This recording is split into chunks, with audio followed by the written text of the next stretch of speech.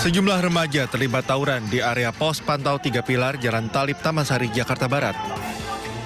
Para pelaku menggunakan senjata tajam, batu, dan juga kayu.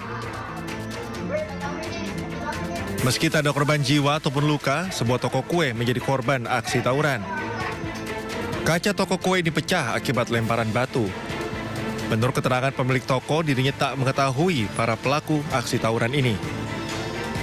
Diharapkan pos pantau 3 pilar tak lagi kosong, terutama pada jam rawan tawuran, agar aksi tawuran tak terulang kembali.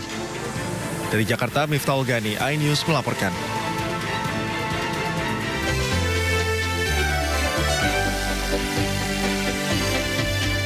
Halo, selamat pagi pemirsa, selamat datang di Sindo Today. Selamat pagi Nata. Pagi juga Syafa, kabar baik?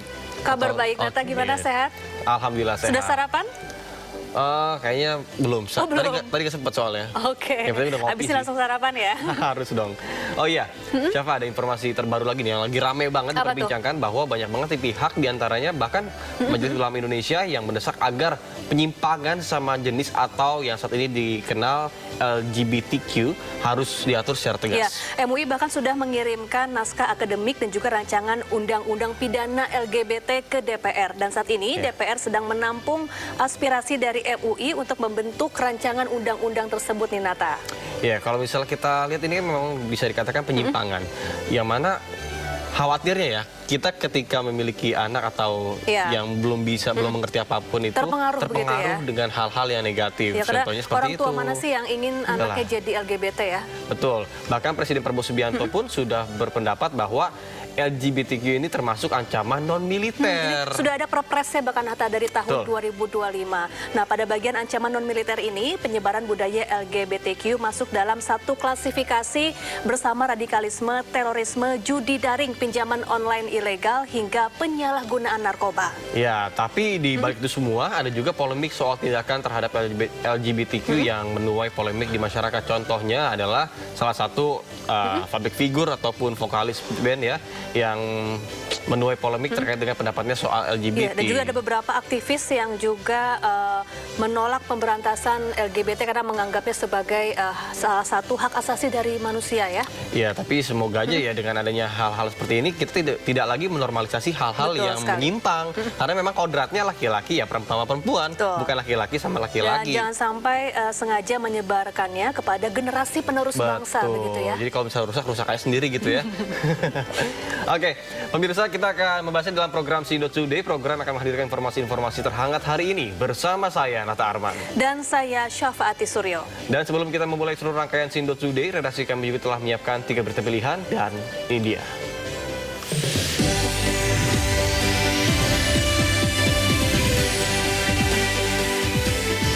Oknum polisi Polres Tegal yang diduga mencekoki istri siri dengan narkoba dan menyisanya kini ditahan di Propang.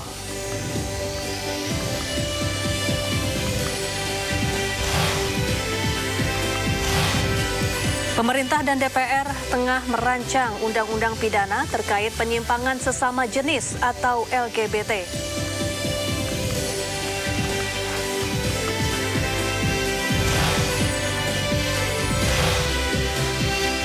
Ratusan warga khususnya ibu balita yang bermukim di sekitar lokasi kebakaran tempat pembuangan sampah akhir Jatiwaringin, Tangerang, Banten menderita ISPA.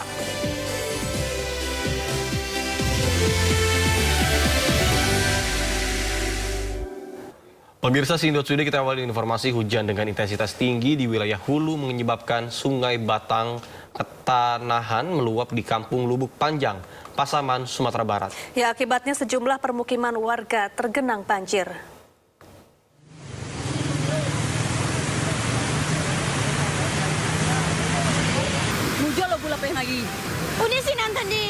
Debit air Sungai Batang Ketahanan meningkat drastis setelah hujan deras mengguyur kawasan hulu. Luapan air sungai menerjang permukiman warga di Kampung Lubuk Panjang dan menggenangi badan jalan. Bahkan derasnya air menerjang salah satu rumah warga yang tengah menggelar pesta hingga porak-poranda. Meski tidak ada korban jiwa, banjir meninggalkan endapan lumpur tebal di jalan utama Padang Sawah Malampah yang sempat menyebabkan arus lalu lintas terganggu dan menimbulkan kemacetan. Informasi yang kami terima semalam itu rumah yang terendam banjir karena genangan air itu sekitar 4. Namun itu cuma sampai kelas lah itu boleh diterangkan. Warga diimbau tetap waspada terhadap potensi banjir susulan, mengingat curah hujan tinggi di kawasan hulu sungai masih berpeluang terjadi dalam beberapa hari ke depan. Dari Pasaman, Sumatera Barat, Ari Yohanes, iNews melaporkan.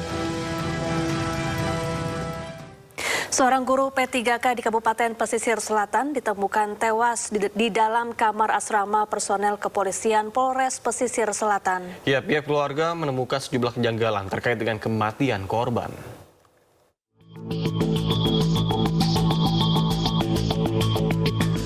Seorang guru P3K di salah satu sekolah dasar di Kabupaten Pesisir Selatan ditemukan tewas di dalam kamar asrama personel Polres Pesisir Selatan di Kecamatan 4 Jurai, Pesisir Selatan, Sumatera Barat. Tewasnya pria berusia 32 tahun yang terjadi secara mendadak itu menyisakan luka mendalam sekaligus kejanggalan bagi pihak keluarga. Pasalnya pihak keluarga awalnya hanya diberitahu oleh penghuni asrama jika korban pingsan di tempat kosnya. Namun ternyata korban didapati sudah meninggal dunia dengan kondisi TKP yang sudah dipenuhi oleh pihak berwajib. Tak hanya itu, keluarga juga dianjurkan untuk menandatangani surat penolakan otopsi. Kejanggalan lainnya ditemukan bercak merah di punggung korban yang mengarah pada dugaan kekerasan fisik. Pihak keluarga mendatangi Bid Propam Polda Sumatera Barat untuk melaporkan kasus tewasnya korban agar diusut tuntas. Kondisi saat ditemukan tidak seperti orang meninggal biasanya ditemukan oleh pihak keluarga. Pertama, posisi anak itu keadaan menjelentang, tangan terkepal ke atas, melintang ke bawah kiri dan kanan. Kemudian tulang belakang itu agak membungkuk dan mengadah ke atas. Korban berada di mes itu karena dia udah lama kenal. Katanya di mes itu ada teman yang tinggal. Informasi dari pihak keluarga. Bid Propam Polda Sumatera Barat sudah memeriksa 4 personel kepolisian Polres Pesisir Selatan termasuk pemilik asrama. Bahwa saat ini sedang dilakukan penyelidikan secara intensif oleh Polres. Sudah dilakukan juga, sedang dilakukan pendalaman dan sedang dilakukan pemeriksaan saksi-saksi baik dari pihak keluarga, pihak korban, dan kemudian para rekan-rekan dari teman dari kerja dari penghuni mes. Pihak kepolisian masih menunggu hasil otopsi resmi dari Rumah Sakit Bayangkara Polda Sumatera Barat dan Mabes Polri terhadap 2 sampel organ tubuh bagian dalam korban. Dari Kabupaten Pesisir Selatan, Sumatera Barat, Budi Sunandar, iNews melaporkan. Pemirsa, polisi periksa Christoforus Evi, Ketua DPRD Timor Tengah Utara selama 2 jam terkait dengan kasus dugaan intimidasi Dr. Ica. Christoforus memberikan keterangan seputar pesan yang disampaikan Dr. Ica.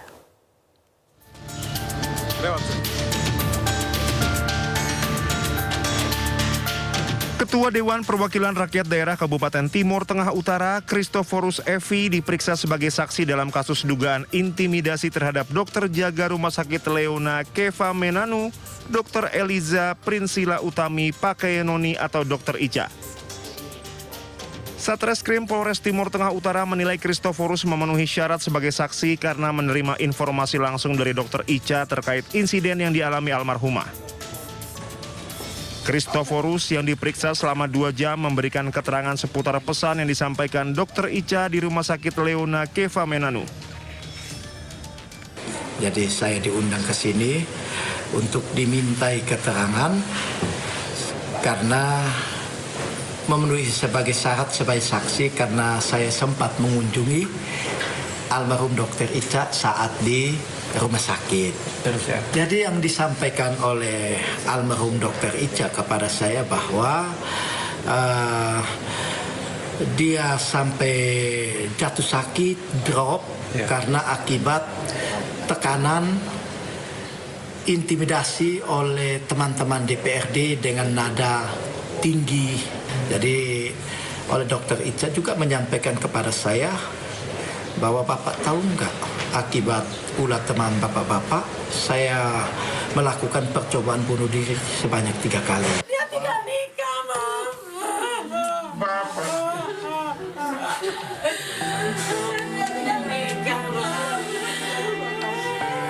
Sebelumnya, Dr. Ica ditemukan tewas bunuh diri pada Jumat 26 Juni 2026 lalu di Nusa Tenggara Timur. Kasus ini menyita perhatian publik karena 3 anggota DPRD Kabupaten Timur Tengah Utara diduga terlibat mengintimidasi korban. Dr. Ica mengalami tekanan psikologis yang berat karena merasa terintimidasi, tertekan secara verbal, dan merasa profesionalitas serta kehormatannya sebagai tenaga kesehatan direndahkan di hadapan rekan kerja, pasien lain, maupun masyarakat di lokasi kejadian. Aparat kepolisian kini tengah mendalami apakah ada unsur pidana dalam kasus meninggalnya Dr. Ica. Dari Timur Tengah Utara, Nusa Tenggara Timur, Sefnat Besi, iNews melaporkan. Ya, rumah Aibtu Nuridin, oknum polisi pelaku penyekapan dan penyiksa istri siri di Brebes, Jawa Tengah dipasang garis polisi. Inilah rumah Aibtu N, mantan Kanit Reskrim Polsek Tegal Selatan Polres Tegal Kota di Desa Kalipucang, Kecamatan Jatibarang, Kabupaten Brebes, Jawa Tengah pada Sabtu sore. Menurut warga, polisi telah memasang garis polisi bahkan sejak Jumat sore. Warga juga mengakui Aibtu N ditangkap tim gabungan Polda Jawa Tengah dan Polres Brebes menggunakan 3 mobil pada Kamis malam di rumah tersebut. Warga menambahkan Aibtu N menempati rumah yang dibangunnya sejak tahun 2017. Tapi tidak mengetahui istri siri Aibtu N selama tinggal di sana karena rumah selalu dalam keadaan tertutup. Aibtu N diduga menyiram istri sirinya dengan air keras sehingga mengalami luka bakar 40%. Jadi tadi menempati rumah tahun berapa? Tahun 2017. 2017. Tapi tetangga nggak pernah dengar itu ya suara seksual atau keributan? Enggak, waktu dulu kan orangnya masih benar sih, masih bisa sawangan sama teman-teman tetangga. Masih bergaul gitu ya? Berarti lama sudah nggak bergaul, kira-kira berapa tahun Pak? Ya sekitar 3 tahun. Tahun 2000-an. Ya jarang bergaul. Tapi warga sempat dengar kabar-kabar itu Pak? Enggak. Yang penyiksaan itu? Enggak sama sekali dengar. Enggak sama sekali. Tapi ini rumah aslinya Pak? Iya, ini rumahnya asli. Makanya kemarin-kemarin kan kaget saya, ada orang begitu kaget. Tinggalnya sama siapa di sini? Sendiri. Seorang anggota Polres Tegal Kota pelaku penganiayaan terhadap istri sirinya telah ditahan di Propam Polda Jawa Tengah. Ibu korban tak kuasa menahan tangis saat menceritakan penderitaan putrinya yang disiksa secara sadis oleh oknum polisi.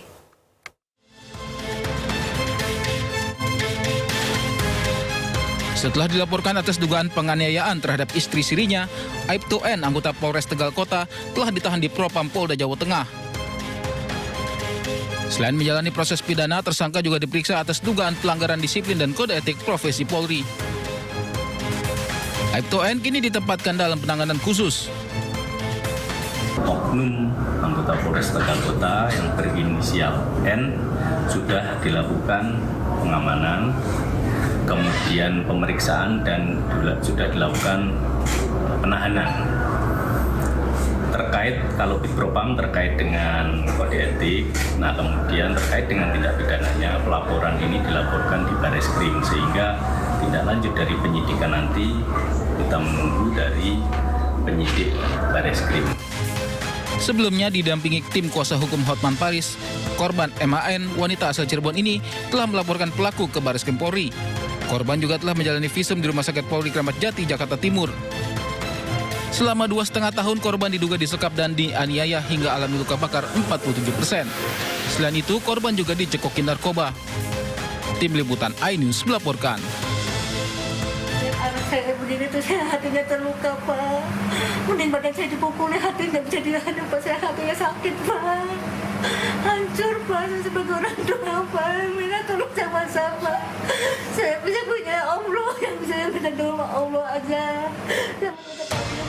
Orang tua mana yang tidak hancur hatinya melihat kondisi anaknya penuh luka bakar di sekujur tubuhnya? Kondisi tangan, kaki, dan punggung yang nyaris sepenuhnya tanpa kulit mengeluarkan cairan yang menempel di pakaian korban penganiayaan oknum polisi. Luka tersebut diduga akibat disiram air keras saat korban dipaksa suami siri yang merupakan anggota polisi aktif membuat narkotika jenis sabu. Di bawah tekanan dan ketakutan, korban terpaksa berbohong saat mendapat perawatan medis di 2 rumah sakit dengan alibi terkena air panas dan juga akibat kebakaran tabung gas. Pihak keluarga mengaku baru berani bersuara lantaran takut dan kerap mendapat intimidasi dari terduga pelaku. Ya Allah, yang saya seorang ibu dia masih pakai pakaian mas, lengket mas, telanjang anak saya mas, sama kata dokter mata foto bu, boleh dok. Saya nyaksikan saya sendiri mas, saya sendiri pribadi nih. Ibu yang baru datang, anak saya lukanya udah liar kayak air liur tuh, nempel kabeh sini nih masih badan. Itu pertama kali ngelihat? Saya lihat di rumah sakit pelabuhan. Wah saya marah, seorang ibu juga ada nggak marah, muncul mas. Saya marah dong, nggak ada habisnya kalau nggak diomongin saya bisa mas. Dalam kasus ini, tim Hotman 911 menjadi kuasa hukum korban mengawal perjuangan mencari keadilan dan langsung membawa korban ke Rumah Sakit Polri Kramat Jati untuk dilakukan visum. Jadi luka itu menderita luka bakar sekitar 47%, berarti hampir setengah badan, lebih ke sebelah kiri, kanan ada sedikit. Yang paling parah itu, yang paling parah sih di lain luka-luka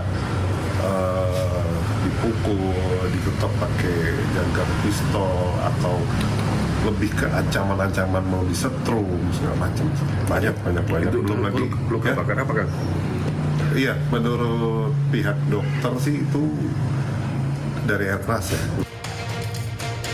Diketahui terduga pelaku sudah diamankan Polda Jawa Tengah, sementara pihak keluarga dan kuasa hukum korban berharap kasus ini dapat diusut secara tuntas dan transparan. Dari Cirebon, Jawa Barat, Mahardika, iNews melaporkan. Ya, penyiksaan dan perilaku seksual menyimpang yang dialami korban ternyata disaksikan anak korban yang masih balita. Ya, 2,5 tahun disekap dan juga dianiaya, kini korban menuntut keadilan.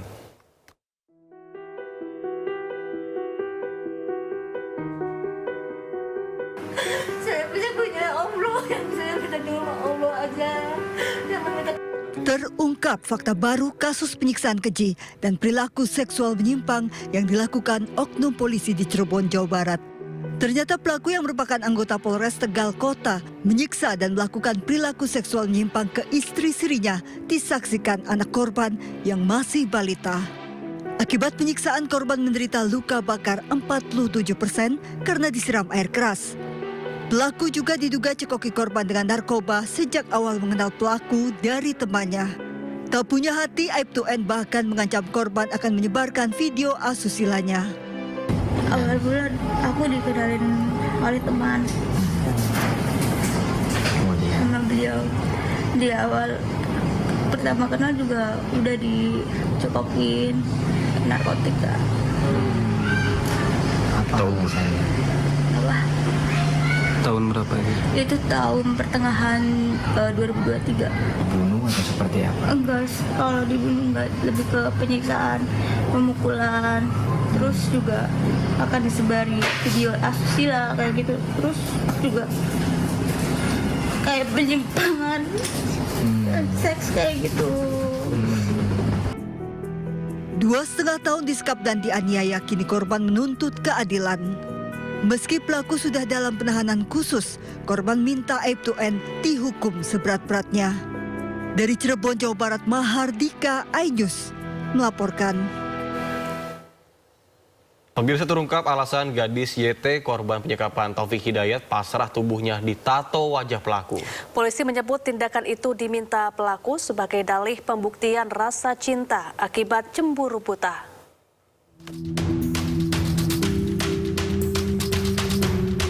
Pedagang buah di Pasar Induk Kramat Jati, Jakarta Timur diduga mendapatkan intimidasi dari seorang perwira polisi viral di media sosial.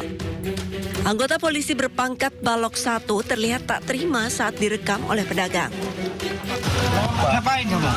Ngapain kamu videoin? Kenapa? Ngapain videoin kamu? Ngapain? Kejadian bermula saat pedagang tengah melayani pembeli. Saat itu pula dagangan yang masih diatur untuk dimasukkan ke dalam lapak ditegur perwira polisi dari Polsek Kramat Jati. Di situ dia terus maki-maki saya, kamu ini ngeyel, kamu udah berapa kali ditegur, masih tetap aja. Di situ lah saya bilang, loh Pak, posisi Bapak ini kan sebagai pendamping. Bapak nggak punya hak untuk berbicara, apalagi ikut mengatur. Nah, di situ dia tambah marah, tambah maki-maki saya. Sampai dia bilang sama yang punya lapak, manggil Pak Haji yang punya lapak itu, agar saya nggak boleh ngontrak di lapak itu. Maksud dia apa seperti itu? Sementara itu menurut Kasih Polres Metro Jakarta Timur, saat ini pihaknya sedang menyelidiki kedua belah pihak dan akan dipanggil untuk dimintai keterangan. Dari Jakarta, Rio Manik, iNews melaporkan.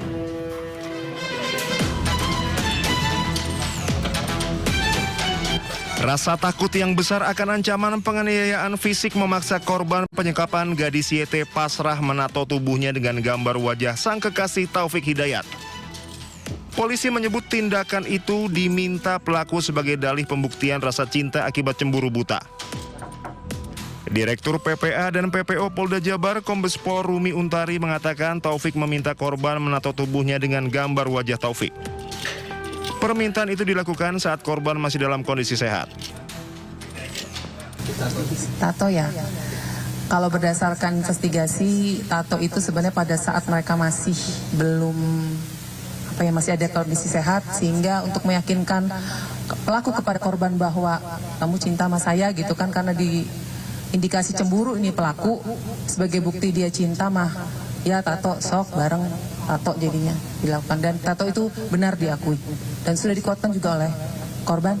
Udah cukup ya? Jadi pertanyaan besar Bu, itu korban kenapa tidak kabur saat itu, yang jadi pertanyaannya kenapa Bu? Rasa takut yang besar dari korban, dah itu memang jawaban konsisten dari korban, memang ketakutan yang besar. Meski tanpa paksaan, korban pada akhirnya pasrah menuruti kemauan Taufik. Gadis YT mengaku takut dianiaya Taufik jika menolak perintah.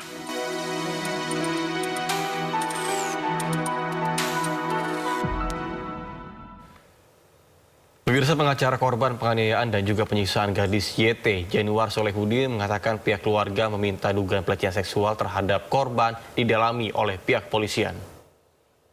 Terkait kekerasan seksual yang saya dengar masih didalami ya Bang ya? Ada pengakuan seperti itu Bang? Betul, Mas. Betul. Mas Juno, memang itu adalah rangkaian dari kita juga meminta kepada pihak penyidik agar itu juga sangat didalami, tidak menutup kemungkinan ada fakta bahwa yang tersangka juga bisa melanggar undang-undang TPKS, mungkin begitu Mas Juno. Kalau itu kan sebetulnya bahwa si korban ini kan sudah dilakukan sudah merasa dirinya terpenjara, dalam arti sudah dibatasi secara sosialnya, kan begitu, karena ada trauma yang sangat berat kan begitu. Kalau berdasarkan psikotes itu atau ilmu kejiwaan itu kan ada yang disebut dengan trauma bonding kan begitu. Nah, trauma bonding ini ya trauma yang memang perlakuannya secara berulang-ulang. Artinya bahwa korban ini sangat tidak berani untuk berteriak ataupun apalagi yang sebelumnya juga sudah dilukai sehingga korban ini tidak bisa melihat, kan tidak bisa apapun kan begitu. Pemirsa, diduga salah menginjak pedal gas dan rem, sebuah kendaraan sedan menabrak 3 mobil dan 2 sepeda motor di perlintasan kereta Jakarta Bogor di Kebon Pedes, Kota Bogor.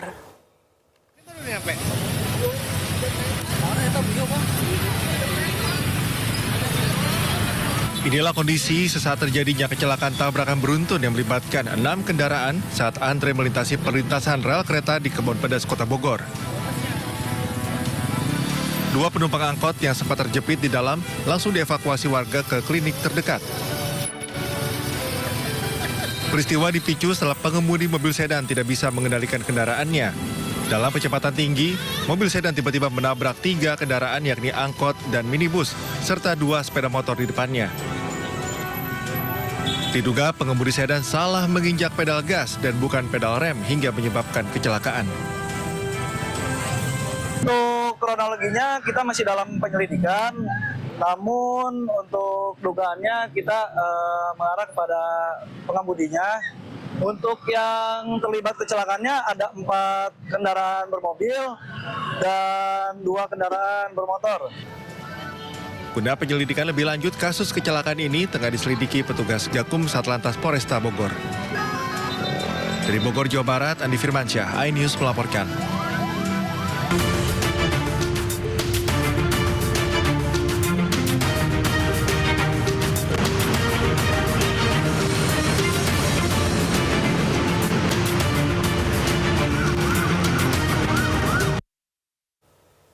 Ya pemirsa, saatnya kita simak pantauan lalu lintas pada hari ini dan kami telah terhubung dengan Bribtu Eklesia Putri Huta Barat dari NTMC Polri yang kini berada di kawasan Simpang Semanggi, Jakarta Selatan. Ya, bagaimana pantauan arus lalu lintas dari tempat Anda melapor saat ini?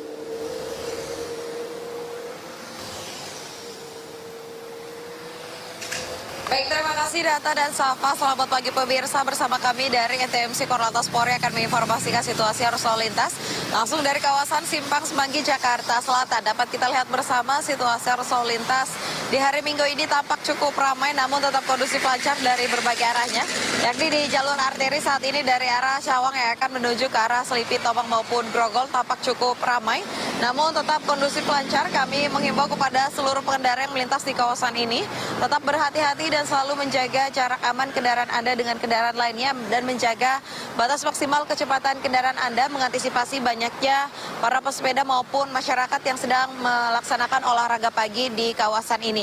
Dan kami menghimbau bagi pesepeda yang melintas, pastikan Anda selalu menggunakan lajur paling kiri ataupun lajur pesepeda yang telah tersedia agar tidak mengganggu kelancaran arus lalu lintas. Dan untuk situasi arus lalu lintas selanjutnya dari arah Cawang yang akan berbelok kiri menuju ke arah Senayan tampak cukup saat ini tampak cukup ramai namun masih dilakukannya penutupan jalan dikarenakan adanya pelaksanaan rutin CFD yang berlangsung hingga pukul 10 waktu Indonesia Barat. Kami menghimbau kepada seluruh pengendara pastikan selalu mematuhi rambu lalu lintas dan juga marka jalan yang berlaku. Dan pada pagi hari ini di tol dalam kota juga tampak cukup kondusif lancar. Kami menghimbau kepada seluruh pengguna jalur tol pastikan e-tol Anda dalam keadaan cukup agar tidak terjadi antrian kendaraan yang cukup berarti jelang gerbang tol. Kami informasikan kepada pemirsa bahwa adanya kunjungan kenegaraan Perdana Menteri Republik Singapura pada pukul 18 waktu Indonesia Barat hingga dengan selesai, dan beberapa ruas jalan protokol seperti Jalan Halim Perdana Kusuma, Jalan MT Haryono, Gatot Subroto, Jalan Jenderal Sudirman hingga Medan Merdeka Barat akan dilintasi, dan penutupan ruas jalan tersebut hanya dilakukan pada saat rangkaian tamu kenegaraan melintas. Kami menghimbau kepada pengendara pastikan mengikuti arahan serta petunjuk petugas kami di lapangan. Berdasarkan data RSMS Korlantas Polri, angka kecelakaan lalu lintas di seluruh Indonesia per 1x24 jam terjadi 186 kasus laka lantas yang mengakibatkan 3 orang meninggal dunia, 16 orang luka berat dan 136 orang luka ringan. Dari kasus laka lantas tersebut 87% terjadi didominasi oleh kendaraan roda 2. Untuk itu kami menghimbau kepada seluruh pengendara pastikan selalu tingkatkan konsentrasi Anda pada saat sedang berkendara dan tidak melakukan aktivitas lain yang dapat memecah konsentrasi Anda. Bagi Anda yang mendapatkan informasi situasi arus lalu lintas selengkapnya dapat menghubungi call center kami di 1500669 ataupun melalui nomor WhatsApp di 0858 7150669. Selamat beraktivitas, hati-hati di jalan dan salam presisi. Demikian Bribtu Eklesia melaporkan. Kembali kepada Nata dan juga Safa, silakan. Iya, terima kasih Bribtu Eklesia Putri Huta Barat atas laporannya dari kawasan Simpang Semanggi, Jakarta Selatan. Selamat bertugas kembali dan salam presisi.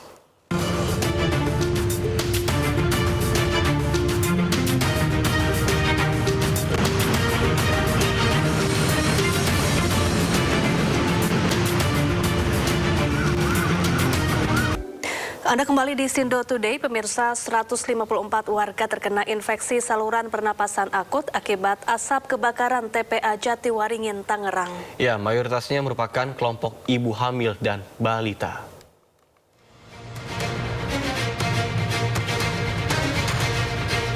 Dinas Kesehatan Kabupaten Tangerang, Banten melaporkan sebanyak 154 warga di wilayahnya tersebut terkena gejala infeksi saluran pernapasan akut yang diduga akibat dampak asap kebakaran di tempat pembuangan akhir Jatiwaringin Mauk.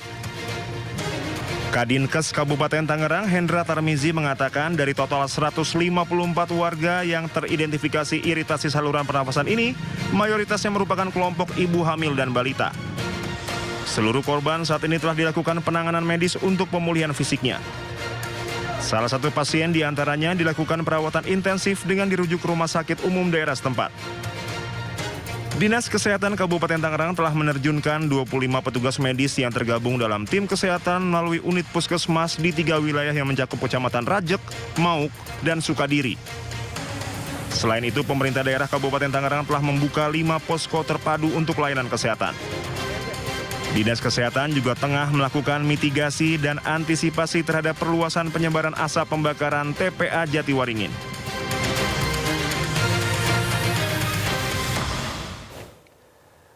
Sementara itu hingga Sabtu kemarin kebakaran di TPA Jatiwaringin belum sepenuhnya padam. Ya, BNPB mengerahkan 2 helikopter waterbombing untuk menjangkau titik api yang sulit dipadamkan.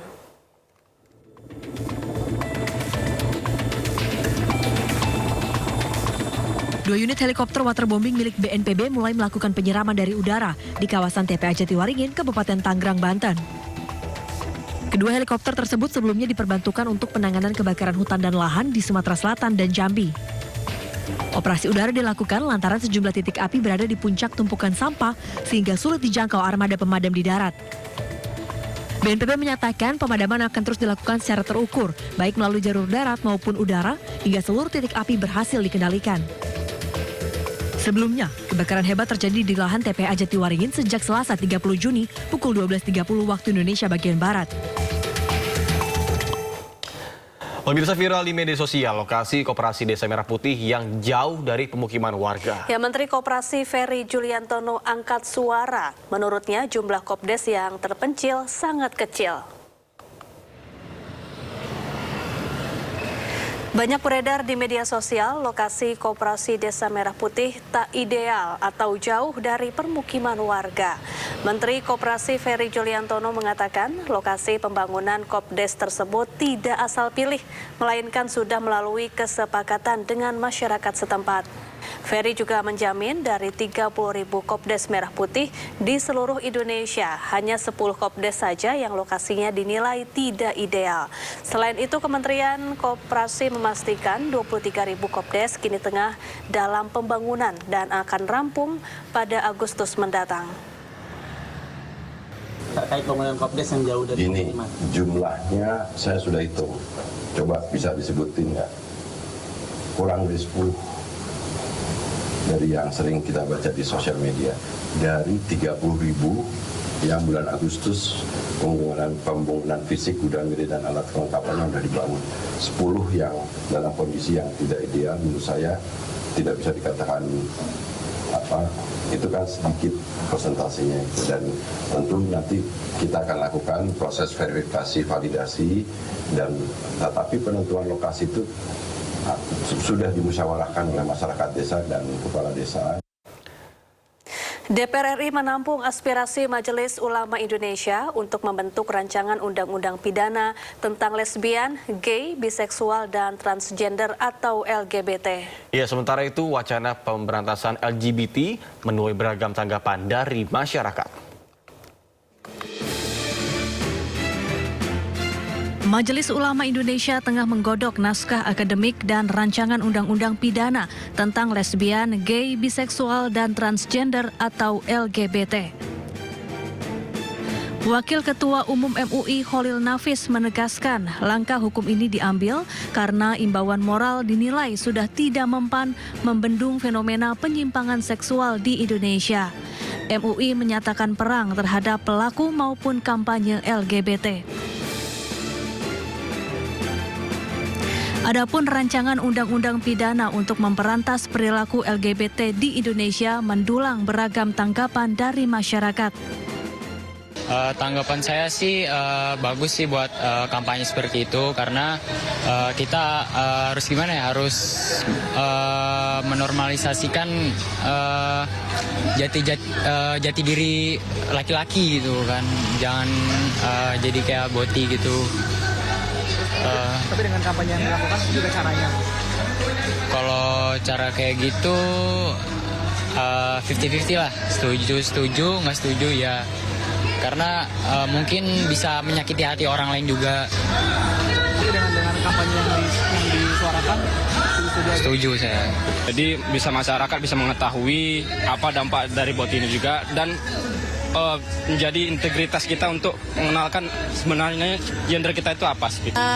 Untuk kampanye berantas boti menurut saya oke ya, since LGBT di Indonesia kan masih belum diperbolehkan ya, masih ilegal. Cuman mungkin caranya kali ya Mas, nggak yang lindas boti atau apa anarkis banget. Cuman mungkin bisa baik-baik atau pengarahan kayak kalau nemu orang yang agak-agak boti bisa mungkin diluruskan atau dibilang baik-baik gitu. Ya, tapi jangan anarkis juga sih, kan manusia juga ya walaupun boti. Sementara itu DPR telah menampung aspirasi MUI untuk memberantas LGBT dan akan membahasnya. Tim Liputan iNews melaporkan. Sebelumnya Presiden Prabowo Subianto resmi memasukkan penyebaran budaya LGBTQ sebagai ancaman non-militer. Ya, hal tersebut ditetapkan dalam Peraturan Presiden atau Perpres nomor 111 tahun 2025. Pemerintahan Presiden Prabowo Subianto telah menetapkan penyebaran budaya LGBTQ sebagai salah satu ancaman non-militer terhadap kedaulatan dan keselamatan bangsa. Hal ini tertuang dalam Peraturan Presiden nomor 111 tahun 2025 yang menjadi landasan bagi kebijakan umum pertahanan nasional periode 2025-2029. Penyebaran budaya LGBTQ atau lesbian, gay, bisexual, transgender, dan queer diklasifikasikan ke dalam ancaman non-militer berdimensi sosial, budaya, dan ideologi. Pada bagian ancaman non-militer, penyebaran budaya LGBTQ masuk dalam satu klasifikasi bersama radikalisme, terorisme, judi daring, pinjaman online ilegal, hingga penyalahgunaan narkoba. Peraturan Presiden tersebut telah resmi ditetapkan pada 25 Oktober 2025 lalu. Kebijakan ini menegaskan bahwa pertahanan negara tidak hanya menghadapi ancaman bersenjata, tetapi juga ancaman terhadap ideologi nilai dan ketahanan sosial bangsa. Kita ke informasi lain, pemirsa. Ingin Roy Suryo ditahan, Peradi Bersatu berencana mengirimkan surat ke Mahkamah Agung. Ya, Peradi meminta agar MA meninjau penangguhan Roy Suryo. Belum juga usai sidang pra-peradilan Roy Suryo, lawannya Peradi Bersatu sudah ancang-ancang akan menjebloskan tersangka fitnah ijazah itu ke penjara. Strategi yang akan dipilih Peradi adalah mengirimkan surat kepada Mahkamah Agung agar kembali meninjau penangguhan penahanan Roy Suryo. Sekjen Peradi Bersatu Ade Darmawan menyebut langkah itu sengaja mereka ambil agar Roy Suryo tidak terus-terusan mengajukan sidang pra-peradilan.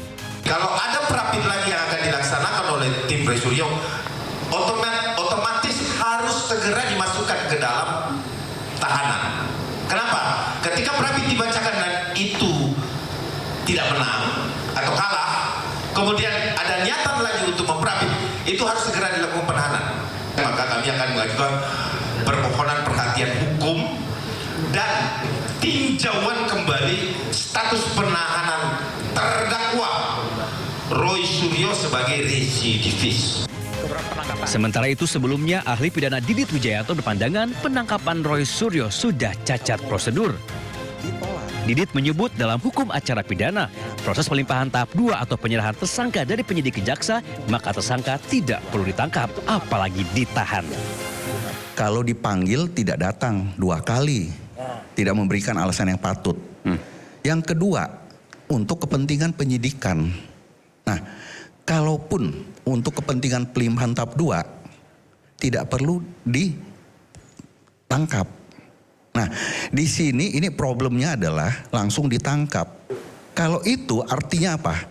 Berarti Polda Metro ingin membuat norma baru. Jumat 19 Juni, dua tersangka fitnah ijazah Jokowi, Roy Suryo dan Dr. Tifa ditangkap Polda Metro Jaya. Keduanya sempat jalani perawatan di Rumah Sakit Polri sebelum dilimpahkan ke Kejaksaan Negeri Jakarta Selatan. Kejaksaan Negeri Jakarta Selatan kemudian memutuskan menangguhkan penahanan keduanya.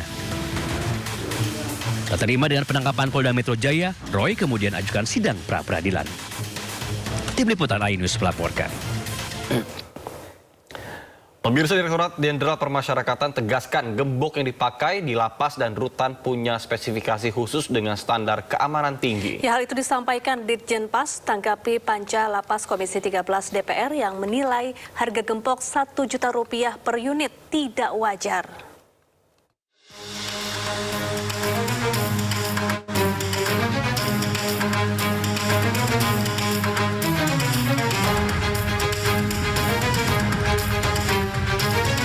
Direktorat Jenderal Pemasyarakatan tegaskan gembok yang digunakan di dalam lapas bukan merupakan gembok komersial biasa.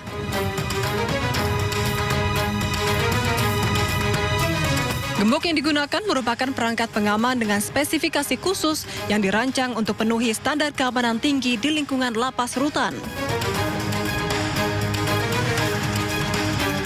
Menurut juru bicara Ditjenpas Rika Priyanti, setiap gembok wajib penuhi syarat ketat, mulai dari bahan logam berkekuatan tinggi, tahan karat, tak mudah rusak, hingga punya sistem anak kunci yang tidak mudah diduplikasi.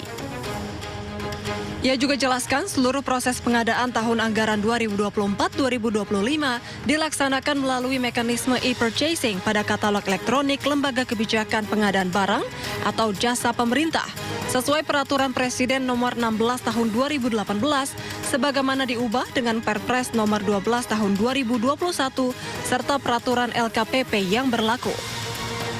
Sebelumnya, Panitia Kerja Lembaga Pemasyarakatan Komisi 13 DPR soroti pengadaan gembok di lingkungan Direktorat Jenderal Pemasyarakatan, Kementerian Imigrasi dan Pemasyarakatan yang nilainya mencapai sekitar Rp92,5 miliar dalam kurun 2 tahun. Anggota Komisi 13 DPR RI Pangeran Khairul Saleh meminta agar pengadaan gembok itu diaudit karena harga satuan gembok yang hampir Rp1 juta per unit dinilai tidak wajar.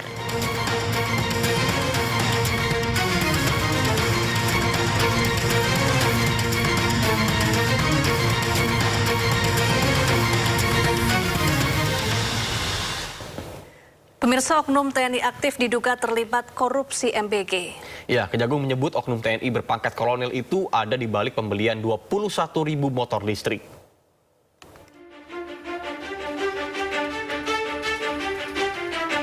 Setelah Kejagung menetapkan polisi aktif berpangkat Brigadir Jenderal Lalu Muhammad Iwan sebagai tersangka korupsi MBG, Korps Adi Aksa menyebut ada dugaan keterlibatan oknum anggota TNI aktif dalam pusaran korupsi MBG.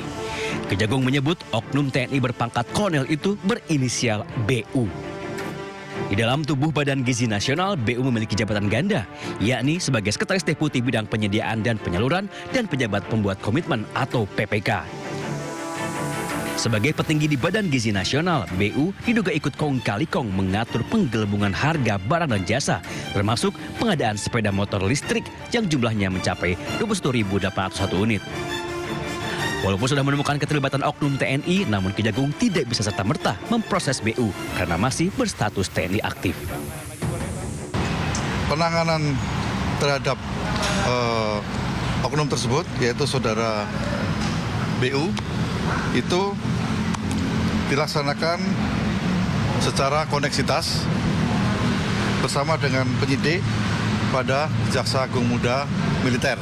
Jadi perkara itu termasuk sepeda motor ya, pengadaan sepeda motor itu karena ada keterlibatan oknum TNI aktif.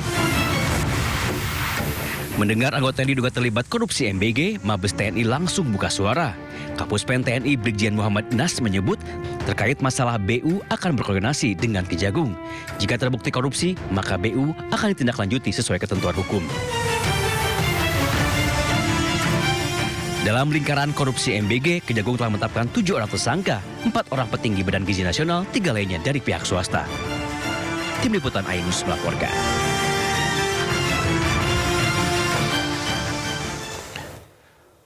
Pemirsa, BPJS Kesehatan menderita defisit dana jaminan kesehatan nasional sebesar 17,13 triliun rupiah sepanjang tahun 2025. Ya, defisit terjadi seiring beban pelayanan kesehatan yang terus melampaui pendapatan program. BPJS Kesehatan membukukan defisit dana jaminan sosial kesehatan atau dana jaminan kesehatan nasional JKN sebesar 17,13 triliun rupiah sepanjang 2025. Nilai tersebut melonjak 123,8% dibandingkan defisit 2024 yang mencapai 7,66 triliun rupiah. Seiring beban pelayanan kesehatan yang terus melampaui pendapatan program. Direktur Utama BPJS Kesehatan, Prihati Pujo Waskito, mengatakan tekanan terhadap keuangan JKN bukan merupakan kondisi baru. Menurutnya BPJS Kesehatan juga pernah mengalami defisit pada 2018.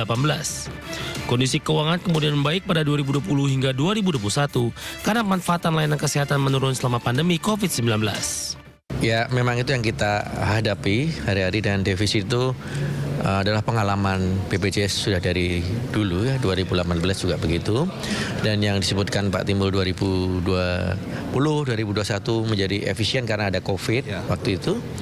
Tetapi begitu ekspektasi atau keinginan utilisasi pasca COVID ini begitu naik juga, ya, pergeseran penyakit, pertumbuhan penduduk, ya itu menyebabkan rasio klaim seperti ini, ya, sehingga kita yakinlah pemerintah akan segera melakukan. Hingga akhir 2025, jumlah kepesertaan BPJS Kesehatan mencapai 252,7 juta jiwa. Angka ini setara dengan 98,62% dari total penduduk Indonesia.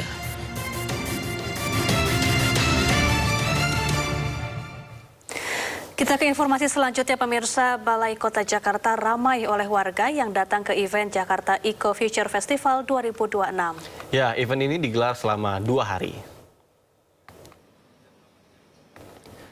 Dalam acara ini, masyarakat bisa mengikuti berbagai program edukasi lingkungan, mulai dari pengelolaan wadah kosong, daur ulang plastik, pembuatan pupuk organik, hingga mengenal budidaya maggot sebagai pengurai sampah organik.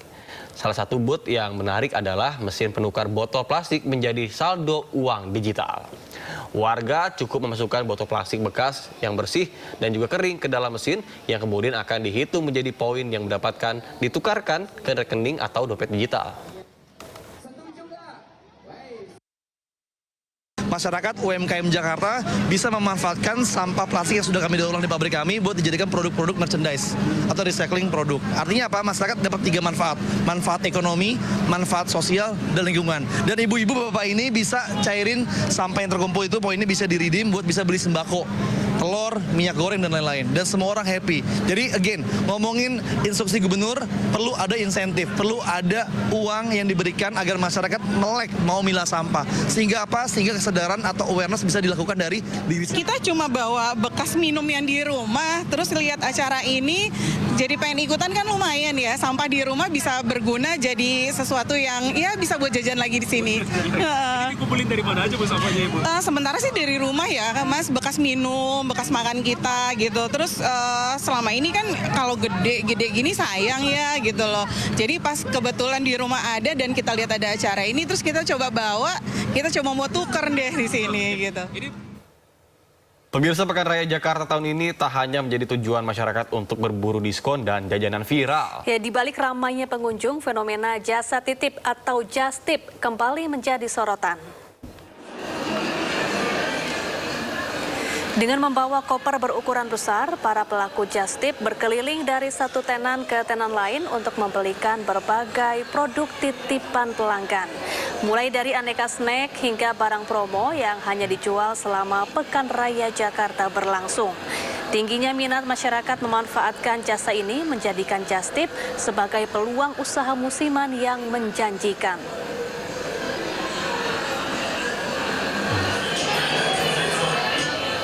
Pemirsa, setelah capek muter-muter di PRJ, jangan lupa jajan makanan tradisional khas Betawi, yaitu kerak telur dan dodol. Ya, kerak telur menjadi salah satu stand yang paling sering didatangi oleh pengunjung. Aroma kelapa, sangrai, dan juga proses memasak dengan tungku arang menjadi daya tarik tersendiri, sekaligus memberikan pengalaman menikmati kuliner yang masih dibuat dengan cara tradisional. Bahkan tidak hanya kerak telur, pengunjung juga dapat menikmati toge goreng, laksa Betawi, hingga membawa pulang dodol Betawi sebagai oleh-oleh.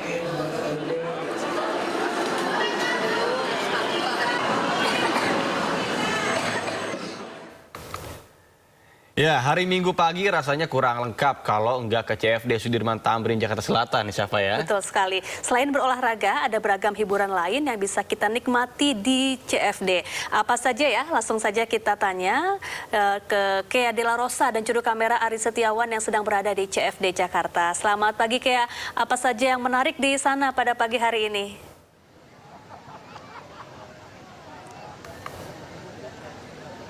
Halo, selamat pagi Safa dan juga Nata. Wah, kalau misalnya kita ngomongin CFD di Bundaran HI, tentunya hampir setiap minggu selalu ada event berbeda. Kali ini ada event dari Parade Budaya Jakarta World Folk Festival 2026 yang tadi di belakang saya telah menampilkan 6 tarian dari 7 negara berbeda. Tadi yang sudah tampil ada negara Roma, Yunani, Rusia, Filipina, dan beberapa negara lainnya yang tadi sudah selesai nih Safa dan Nata penampilannya.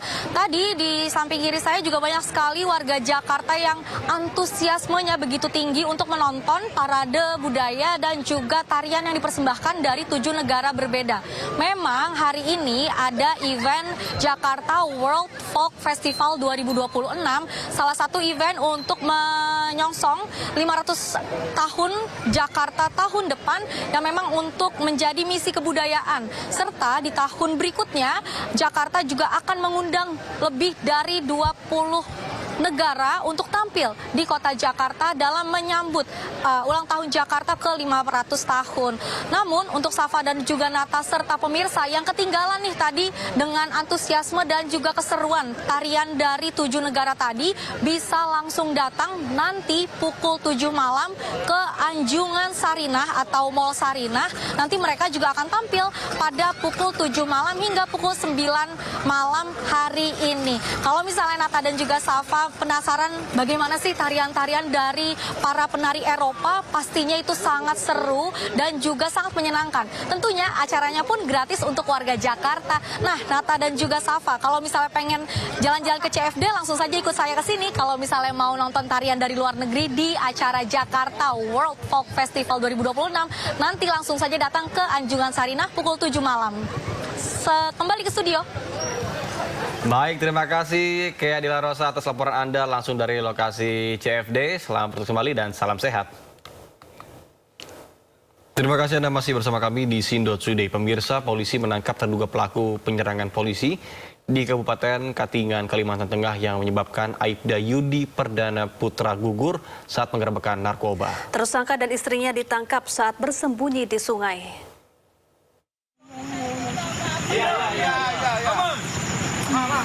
Pak, geser ke kanan sedikit. Hadap sini. Tolong ya.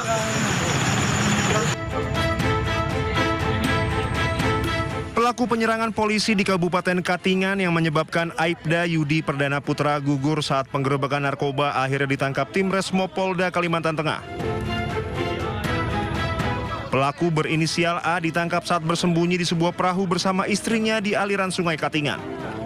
Penangkapan dilakukan setelah petugas mengejar sejak insiden berdarah tersebut terjadi di Desa Tumbang Kalame, Kecamatan Katingan Tengah. Pelaku ditemukan di atas perahu yang berada di Desa Tumbang Pariye, Kabupaten Katingan. Ya, keluar aja, keluar. Nanti aja, nanti. Ada apa aja, ada apa. Saya nggak tahu apa-apa. Proses penangkapan berlangsung dramatis karena pelaku sempat berusaha menghindar. Petugas kemudian mendekat secara perlahan mengantisipasi kemungkinan perlawanan hingga akhirnya mengamankannya. Mengamankan 1 orang diduga pelaku. Namun demikian saat ini masih dalam pendalaman tim penyidik yang ada di sana. Nanti perkembangan akan saya informasikan. Insiden bermula saat Satres Narkoba Polres Katingan melakukan penggerebekan narkoba terhadap tersangka berinisial Bio, seorang residivis di Desa Tumbang Kalame. Meski penggerebekan berhasil, petugas kemudian diserang sejumlah anggota keluarga pelaku. 1 penyerang tewas setelah ditembak karena tetap melawan. Situasi kemudian berkembang menjadi penyerangan massa yang menyebabkan Aibda Yudi Perdana Putra gugur dalam tugas. Saat ini 2 anggota Satres Narkoba lainnya masih dalam pencarian tim gabungan. Dari Kabupaten Katingan, Kalimantan Tengah, Ade Sata Anyus melaporkan. Bareskrim Polri kembali mengungkap kasus penyelundupan narkotika jenis sabu dengan modus menyembunyikannya di dalam tubuh. Ya, 3 tersangka berikut 500 gram sabu diamankan oleh petugas. HP-mu mana? Yang buat telepon tadi? HP-mu yang buat telepon tadi mana? 2 tersangka penyelundupan narkotika Musa dan Guntur ditangkap tim gabungan di Tipit Narkoba Bareskrim Polri di Terminal Kedatangan Bandara Soekarno-Hatta, Tangerang, Banten. Kedua tersangka menyelundupkan sabu dengan modus ditelan ke dalam perut. Petugas membawa kedua tersangka ke rumah sakit terdekat untuk menjalani pemeriksaan ronsen. Di dalam tubuh tersangka ditemukan 8 kapsul sabu dengan berat total 500 gram. Pengakuan tersangka, sabu itu berasal dari Pekanbaru dan hendak dibawa menuju Sumbawa, Nusa Tenggara Barat. Hasil pengembangan kasus, petugas menangkap Isnaini di Sumbawa Barat, Nusa Tenggara Barat yang berperan sebagai penerima sekaligus pengedar sabu di wilayah tersebut. Dari Jakarta, Helmi Sajangbati, iNews melaporkan. Informasi lainnya pemirsa, setelah berhasil evakuasi jenazah Kapten Nicholas Francis Gosselin, pilot PT AMA disemayamkan. Penghormatan terakhir digelar di hanggar PT AMA di Sentani, Jayapura sebelum diterbangkan ke Jakarta.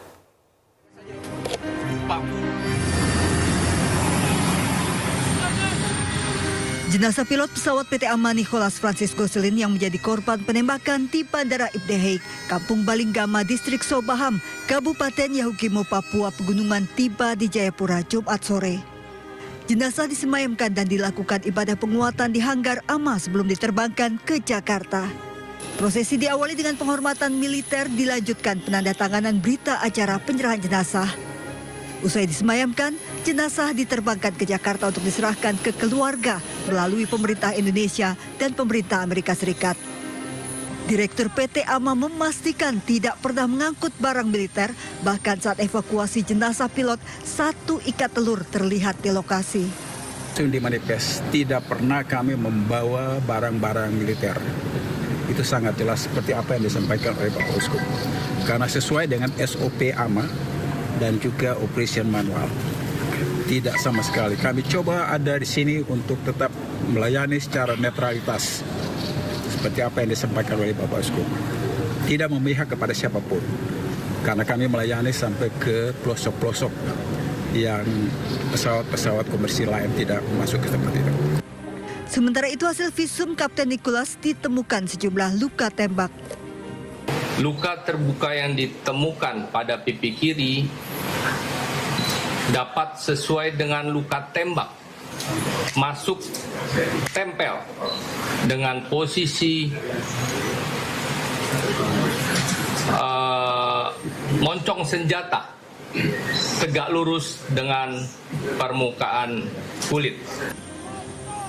Pangkogap Wilhan III juga menyampaikan apresiasi kepada seluruh pihak yang terlibat dalam pengamanan lokasi, evakuasi taktis, hingga proses penyerahan jenazah. Kita menyaksikan sendiri bahwa TPNPB OPM dengan secara keji membunuh masyarakat, bahkan pelayan masyarakat yang tidak bersalah, tidak berdosa. Dan kami mengutuk keras atas kejadian ini.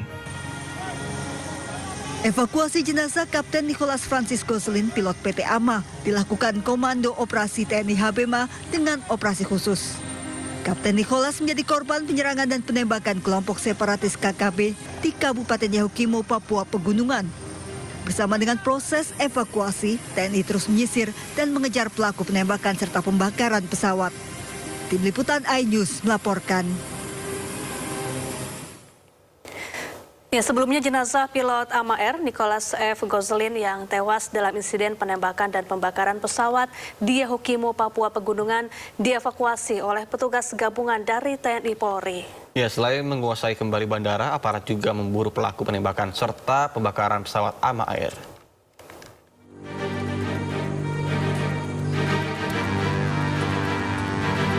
Pasukan Korps TNI HBMA menggelar operasi khusus untuk mengamankan Bandara IPDIK. Pengamanan dilakukan agar jalur evakuasi, pengiriman bantuan, dan penerbangan perintis dapat kembali berjalan. Dalam operasi ini, TNI mengerahkan personil dengan dukungan 2 helikopter Karakol.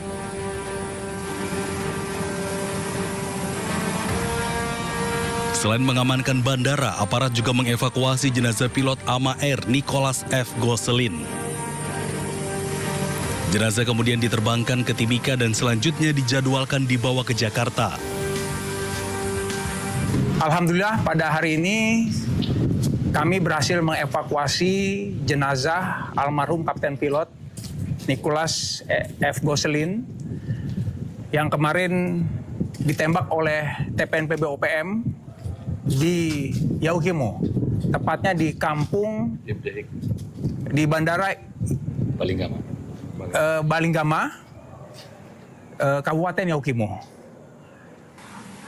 Patut diduga ya, karena kalau masyarakat sipil biasa, kayaknya tidak mungkin mereka akan melakukan penyerangan terhadap satu-satunya sarana transportasi yang dapat menjadi penghubung masyarakat di Balinggama ke dunia luar.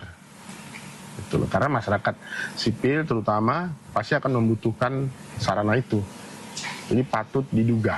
Kita belum bisa memastikan karena kita belum melakukan, belum mendatangi TKP, belum olah TKP, belum mengumpulkan keterangan dan barang bukti yang ada.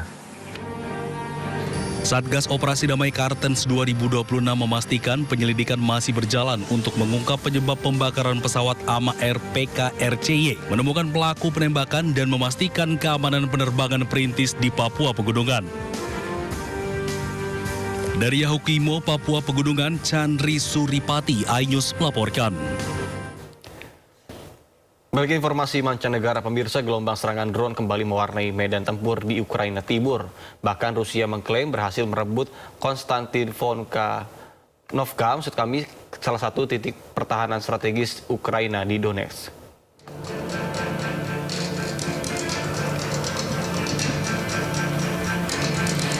Rekaman yang dirilis Kementerian Pertahanan Rusia memperlihatkan operator drone FPV saat menjalankan operasi tempur dalam perebutan Konstantinovka di wilayah Donetsk.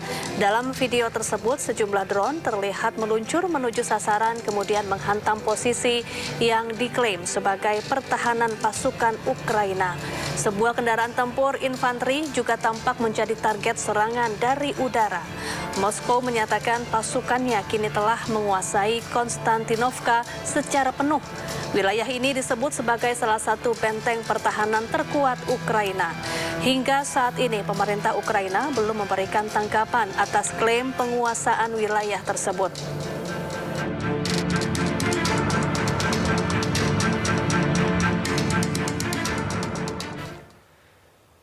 Pemirsa, aksi yang berujung bentrokan dengan aparat terjadi di kota Erfurt, Jerman saat ribuan pengunjuk rasa memadati jalanan untuk menolak konferensi Partai Federal Alternatif untuk Jerman.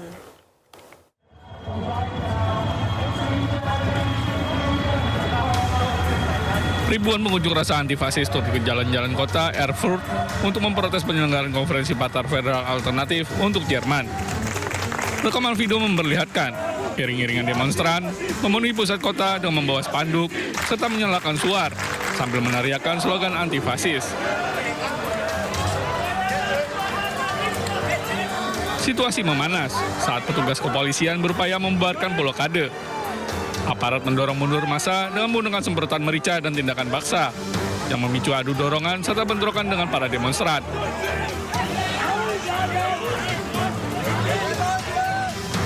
Menurut laporan, lebih dari 30 aksi demonstrasi terdaftar di Erfurt sepanjang akhir pekan berlangsungnya konferensi partai AfD. Konferensi ini digelar di tengah meningkatnya dukungan terhadap AfD di tingkat nasional. Erfurt yang berada di negara bagian timurnya, dikenal sebagai salah satu basis terkuat partai tersebut, menjadikannya titik pertemuan penting bagi para pendukung sekaligus kelompok penantang.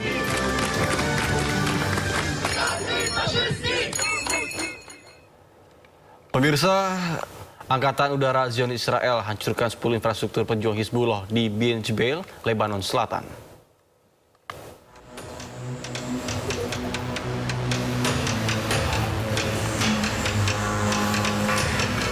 Serangan-serangan tersebut dilakukan sebagai respons terhadap serangan yang dilakukan Hizbullah ke pasukan Zionis Israel. Sebuah truk milik Hizbullah teridentifikasi oleh Israel sedang memindahkan senjata dan dihancurkan untuk menghilangkan ancaman ke Zionis Israel. Akibat serangan tersebut, ledakan sekunder terdeteksi yang menunjukkan adanya senjata di dalam truk.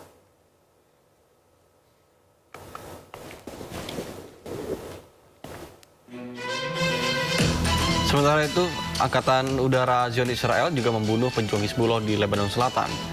Pada pantauan udara, pejuang Hizbullah terlihat pada malam hari keluar dari lorong bawah tanah pegunungan Ali Tahir. Pejuang Hizbullah merupakan ancaman nyata untuk pasukan Zionis Israel.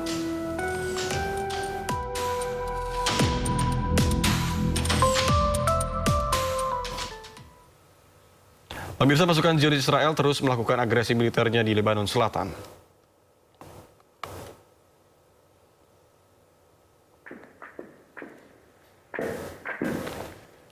Ya, meski resmi berlakukan gencatan senjata antara Israel dan Lebanon, Zionis Israel terus melakukan serangan ke Lebanon Selatan.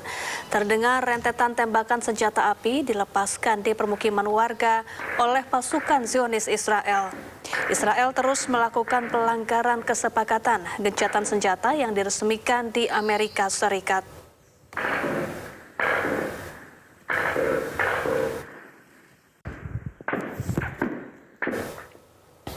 Pemirsa, kebakaran hutan masih melanda Prancis Selatan dengan tingkat suhu mencapai hampir 40 derajat Celcius.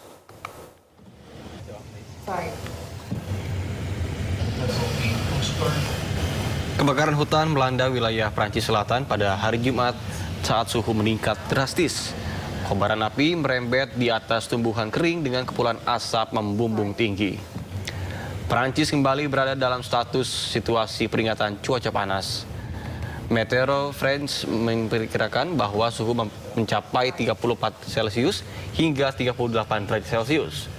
Bahkan Perdana Menteri Sebastian Lecornu mengatakan bahwa ribuan hektar lahan hutan terbakar.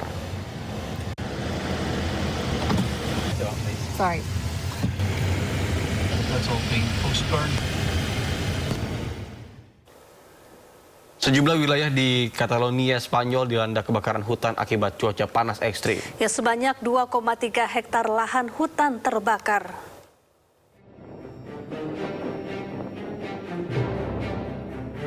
Petugas pemadam kebakaran terus berupaya memadamkan kebakaran hutan yang melanda La Bisbal de Empordà, tepatnya di timur laut Spanyol.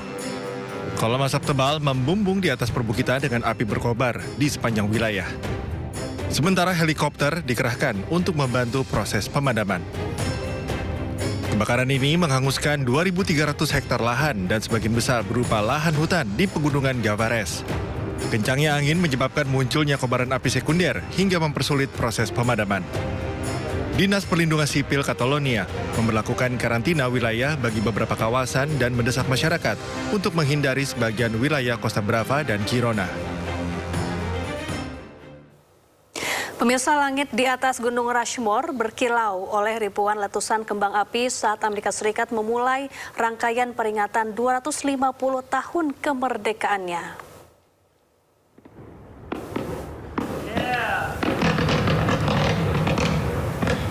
Ribuan kilo kembang api menerangi langit malam di atas Gunung Rushmore, Dakota Selatan, menandai dimulainya rangkaian perayaan menuju hari jadi ke-250 kemerdekaan Amerika Serikat. Rekaman video memperlihatkan semburan kembang api berwarna merah, putih, dan emas mekar di atas monumen ikonik. Pertunjukan ini menjadi yang pertama kali digelar di Gunung Rushmore sejak tahun 2020. Selama beberapa tahun terakhir, acara serupa ditiadakan karena khawatir memicu kebakaran hutan, menimbulkan dampak lingkungan, serta mendapatkan penolakan dari kelompok masyarakat adat.